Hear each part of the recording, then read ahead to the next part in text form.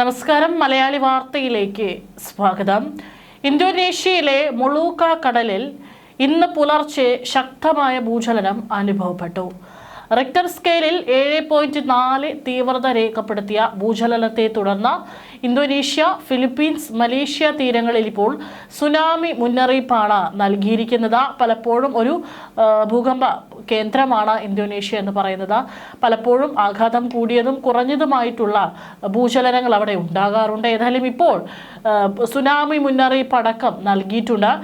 പ്രാദേശിക സമയം രാവിലെ 6:48 രാജ്യം നടുങ്ങിയ ഭൂചലനം ഉണ്ടായിരിക്കുന്നത്. വടക്കൻ സുലാവേസിലെ മിനാഹാസയിൽ കെട്ടിടാവശിഷ്ടങ്ങൾക്കിടയിൽപ്പെട്ട 70 വയസ്സുള്ള ഒരു സ്ത്രീ മരിച്ചതായി സ്ഥിരീകരിച്ചിട്ടുണ്ട്. ഇതുവരെയായിട്ടും ഒരു മരണം മാത്രമാണ് സ്ഥിരീകരിച്ചിരിക്കുന്നത്.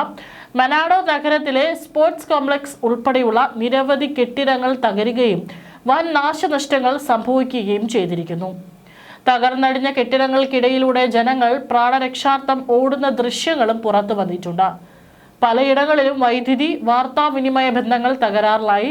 ഭൂചലനത്തിന്റെ പ്രഭവ കേന്ദ്രത്തിൽ നിന്നും 1000 കിലോമീറ്റർ ചുറ്റളവിലാണ് സുനാമി തിരമാലകൾക്ക് സാധ്യതയുണ്ടെന്നാണ് US ജിയോളജിക്കൽ സർവേ നൽകുന്ന മുന്നറിയിപ്പ്. ഇന്തോനേഷ്യ കൂടാതെ ജപ്പാൻ തീരങ്ങളിലും നേരിയ തോതിൽ കടൽ നിരപ്പ് ഉയരാൻ സാധ്യതയുള്ളതിനാൽ ജപ്പാൻ കാലാവസ്ഥാ ഏജൻസിയും ജാഗ്രതാ നിർദ്ദേശം നൽകിയിട്ടുണ്ട്. തീരദേശങ്ങളിൽ താമസിക്കുന്നവരോട് സുരക്ഷിത കേന്ദ്രങ്ങളിലേക്ക് മാറാനായിട്ട് അധികൃതർ നിർദ്ദേശിച്ചു കഴിഞ്ഞു. പ്രധാന ഭൂചലനത്തിന് പിന്നാലെ 5.5, 5.2 തീവ്രത രേഖപ്പെടുത്തിയ 2 ശക്തമായ തുടർചലനങ്ങളും അനുഭവപ്പെട്ടു. ഇനിയും തുടർചലനങ്ങൾക്ക് സാധ്യതയുള്ളതിനാൽ ജനങ്ങൾ ജാഗ്രത പാലിക്കണമെന്ന് ദേശീയ ജിയോളജിക്കൽ ഏജൻസി അറിയിച്ചു. 2 ലക്ഷത്തിലധികം ജനസംഖ്യയുള്ള ടെർണൈറ്റ് നഗരത്തിന് 120 കിലോമീറ്റർ അകലെയാണ് ഭൂചലനത്തിന്റെ പ്രഭവ കേന്ദ്രം. ദുരന്തബാധിത പ്രദേശങ്ങളിൽ രക്ഷാപ്രവർത്തനം പുരോഗമിക്കുകയാണ്. നാശനഷ്ടങ്ങളുടെ പൂർണ്ണരൂപം ഇനിയും ലഭ്യമായിട്ടില്ല. തീവ്രത 7.4 റിക്ടർ സ്കെയിലിൽ രേഖപ്പെടുത്തിയിരിക്കുന്നത്. ഇന്ന് രാവിലെ പ്രാദേശിക സമയം 6:48 ഇത് ഭൂചലനം ഉണ്ടായിരിക്കുന്നത്. പ്രഭവ കേന്ദ്രം മൊളൂക്ക കടലാണ്. ടെർണൈറ്റിൽ നിന്ന് 120 കിലോമീറ്റർ അകലെ. മരണം ഒരെണ്ണം സ്ഥിരീകരിച്ചിട്ടുണ്ട്. സുനാമി മുന്നറിയിപ്പുണ്ട്. ഇന്തോനേഷ്യ, ഫിലിപ്പീൻസ്, മലേഷ്യ തീരങ്ങളിലാണ്. Guam, Japan, Malaysia, Papua New Guinea, Philippines, Taiwan എന്നിവിടങ്ങളിലും സുനാമി മുന്നറിയിപ്പ് നൽകിയിട്ടുണ്ട്. നോർത്ത് സുലവേസി പ്രവിശ്യയിലാണ് ശക്തമായ കുലുക്കം അനുഭവപ്പെട്ടത്. ഇതിനെ തുടർന്ന് ജനങ്ങൾ വളരെ ഭയത്തോടുകൂടി തന്നെ പരിഭ്രാന്തരായി വീടുകളിൽ നിന്നും സ്കൂളുകളിൽ നിന്നും പുറത്തേക്ക് ഇറങ്ങി ഓടി. നിലവിൽ വലിയ നാശനഷ്ടങ്ങൾ റിപ്പോർട്ട് ചെയ്തിട്ടില്ലെങ്കിലും ജപ്പാൻ, തായ്വാൻ തുടങ്ങിയ രാജ്യങ്ങളിലും കടൽ നിരപ്പിൽ നേരിയ മാറ്റങ്ങൾ ഉണ്ടായേക്കാമെന്നും അധികൃതർ അറിയിച്ചു. ആദ്യം 7.8 തീവ്രത രേഖപ്പെടുത്തിയ ഭൂചലനം പിന്നീട് 7.4 പുതുക്കുകയായിരുന്നു. ഇന്തോനേഷ്യ റിംഗ് ഓഫ് ഫയർ മേഖലയിൽ സ്ഥിതി ചെയ്യുന്നതിനാലാണ് ഇത്തരം പ്രകൃതിക്ഷോഭങ്ങൾ അവിടെ പതിവാകുന്നത്. 2022 പടിഞ്ഞാറൻ ജാവയിലെ സിയാൻജൂർ നഗരത്തിലുണ്ടായ 5.6 തീവ്രത രേഖപ്പെടുത്തിയ ഭൂചലനത്തിൽ കുറഞ്ഞത് 602 പേർ കൊല്ലപ്പെട്ടിരുന്നു. 2018 സുലാവേസിയിലുണ്ടായ ഭൂകമ്പത്തിലും സുനാമിയിലുമായി 4300-ലധികം പേർ മരിച്ചതിനു ശേഷം ഇന്തോനേഷ്യ കണ്ട ഏറ്റവും വലിയ ദുരന്തമായിരുന്നു ഇത്.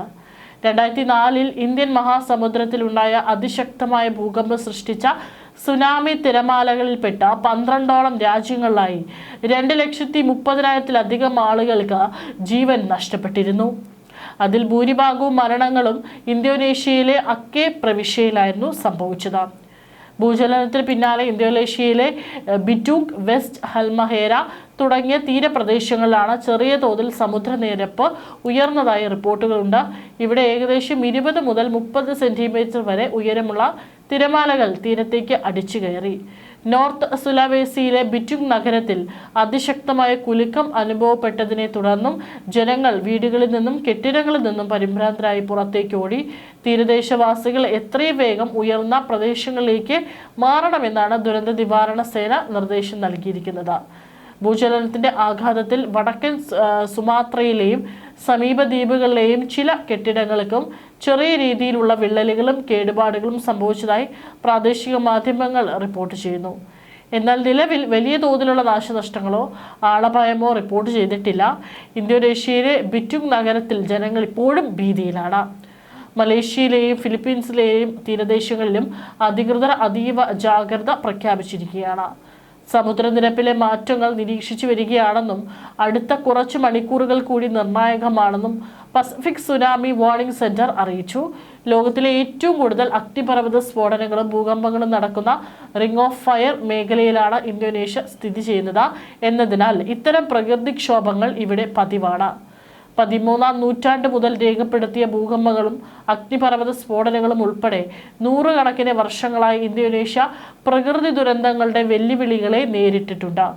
1990 മുതൽ ഇന്ന് വരെ പോലും കഴിഞ്ഞ 30 വർഷത്തിനിടെ 1 ഡസനിലധികം പ്രധാന പ്രകൃതി ദുരന്തങ്ങൾ ഉൾപ്പെടെ നിരവധി പ്രകൃതി ദുരന്തങ്ങളെ ഇന്തോനേഷ്യയിലെ പൗരന്മാർ സഹിച്ചിട്ടുണ്ട്. പസഫിക് അഗ്നിവലയത്തിനടുത്തുള്ള ഭൂമിശാസ്ത്രപരമായ സ്ഥാനം കാരണം ഭൂകമ്പങ്ങൾ, സുനാമികൾ, അഗ്നിപർവ്വത സ്ഫോടനങ്ങൾ, വെള്ളപ്പൊക്കങ്ങൾ എന്നിവയുൾപ്പെടെ നൂറുകണക്കിന് പ്രകൃതി ദുരന്തങ്ങൾക്ക് ഇന്തോനേഷ്യ ഇരയായിട്ടുണ്ട്. 5.0 അല്ലെങ്കിൽ അതിൽ താഴെയുള്ള തീവ്രതയുള്ള ഭൂകമ്പങ്ങൾ ഇന്തോനേഷ്യയിൽ മിക്കവാറും എല്ലാ ദിവസവും സംഭവിക്കാറുണ്ട്. അതേസമയം രാജ്യത്തിൻ്റെ ചരിത്രത്തിലെ വർഷത്തിലൊരിക്കൽ കൂടുതൽ വലിയ ഭൂകമ്പങ്ങളും ഉണ്ടായിട്ടുണ്ട്. ഈ ഭൂകമ്പങ്ങൾ പലപ്പോഴും സുനാമികളോ വെള്ളപ്പൊക്കമോ ഉണ്ടാക്കുന്നു. അത് സമൂഹങ്ങളെ നശിപ്പിക്കുന്നു. ദ്വീപ് രാഷ്ട്രത്തിൽ 136 അഗ്നിപർവ്വതങ്ങളാണ്. അവയിൽ 61 എണ്ണം 1900 മുതൽ പൊട്ടിത്തെറിച്ചവയാണ്.